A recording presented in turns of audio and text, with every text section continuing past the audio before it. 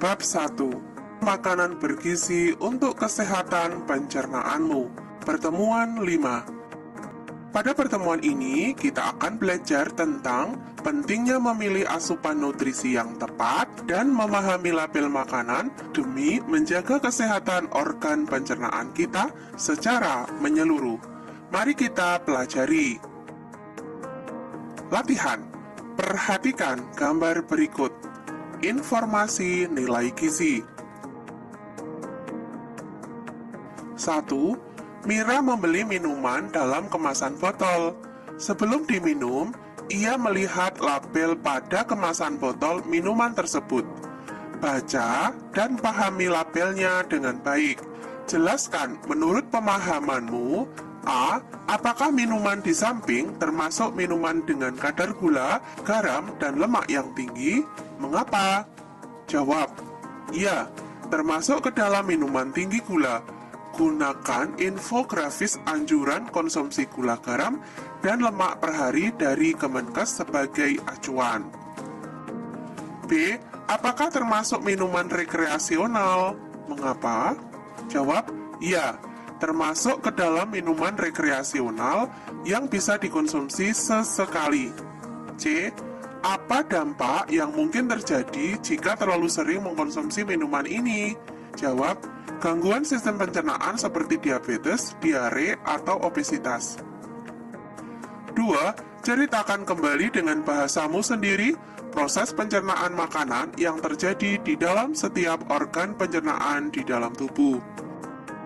Jawab, mulut, pencernaan mekanis dan kimiawi, yaitu penghancuran makanan dengan bantuan gigi dan air liur. Kerongkongan atau estofagus, makanan diremas dan didorong sehingga menuju lambung atau gerakan peristaltik. Lambung, terjadi pencernaan mekanik dengan bantuan otot lambung, dan kimiawi, bantuan enzim dan asam lambung, makanan diubah menjadi bubur gimus. Usus halus, terjadi proses pencampuran gimus atau bubur makanan dengan enzim pencernaan dari pankreas dan asam empedu. Dinding usus halus menyerap sari-sari makanan dan siap diedarkan ke seluruh tubuh. Usus besar, terjadi penyerapan air dan ion elektrolit dari sisa makanan yang tidak dicerna. Rektum, tempat penyimpanan sementara ampas makanan atau tinja atau feses sebelum dikeluarkan dari dalam tubuh. Anus, lubang untuk mengeluarkan tinja dari dalam tubuh. 3. Di meja makan terdapat beberapa jenis makanan: nasi, ayam goreng, selai kacang, kentang goreng, sayur sop, susu, jus jambu, roti, pisang, semangka, tumis kangkung, dan air putih. A. Sebutkan kandungan zat gizi yang ada pada makanan yang tersaji di meja. Jawab, nasi, kentang goreng, roti, mengandung karbohidrat. Ayam goreng, susu, dan selai kacang mengandung lemak dan protein.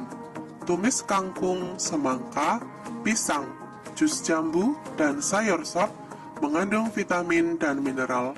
Air putih mengandung air dan mineral. B. Jika kamu diperbolehkan mengambil makanan yang sesuai dengan aturan isi piringku dan memenuhi kebutuhan gizimu, makanan apa sajakah yang akan diambil? Lengkapi dengan gambar dan beri alasannya. Jawab. Jawaban dapat bervariasi dengan syarat mengandung semua zat gizi yang diperlukan. Gambar sebagai ilustrasi penjelas bahwa komposisi makanannya tepat. Gunakan infografis isi piringku dari Kemenkes sebagai acuan. C. Apa yang akan terjadi jika tubuhmu tidak mendapatkan zat gizi yang seimbang? Jawab. Jawaban bervariasi, misalnya, pertumbuhan terganggu, kekurangan zat gizi tertentu, tidak bisa beraktivitas dengan optimal. 4. Darah memiliki alergi terhadap aneka jenis protein hewani seperti ikan. Setiap kali mencoba mengkonsumsi, badannya akan memerah, gatal-gatal, dan matanya berair. Padahal protein merupakan salah satu zat gizi utama yang diperlukan tubuh. Buatlah menu harian sederhana untuk darah agar kebutuhan proteinnya tetap terpenuhi tanpa memicu alerginya. Jawab A. Menu makanan yang dibuatkan mengandung semua zat gizi. B. Karena darah alergi protein hewani seperti daging dan ikan, maka proteinnya dapat diganti dengan protein nabati, misalnya tahu, tempe, dan kacang-kacangan. Selanjutnya, asesmen sumatif.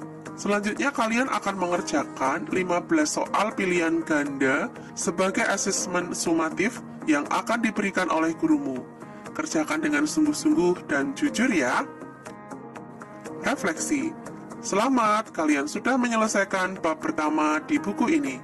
Sudah sejauh mana pemahaman kalian tentang bab 1? Ayo kita periksa bersama. Salin tabel berikut di buku tugas kalian, lalu beri tanda centang sesuai dengan pengalaman kalian.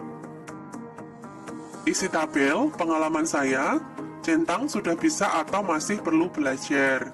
Yang pertama, mengidentifikasi organ pencernaan dan fungsinya, menjelaskan alur sistem pencernaan manusia, mengidentifikasi zat gizi yang diperlukan tubuh, menjelaskan penyakit-penyakit yang menyerang sistem pencernaan, menerapkan cara memilih makanan sehat untuk menjaga kesehatan sistem pencernaan, menuliskan hasil pengamatan dengan mandiri. Melakukan penyelidikan dengan mandiri, menulis simpulan dari hasil penyelidikan. Bagaimana saya belajar di bab ini? Saya paling suka belajar saat, saya merasa paling sulit saat, kegiatan atau sumber belajar yang paling membantu saya memahami materi adalah, hal penting yang saya pelajari di bab ini adalah. Nah, dari pembelajaran ini, apakah anak-anak sudah paham dengan materi yang telah disampaikan? Semoga kalian dapat memahami dengan baik pembelajaran yang sudah kita bahas kali ini.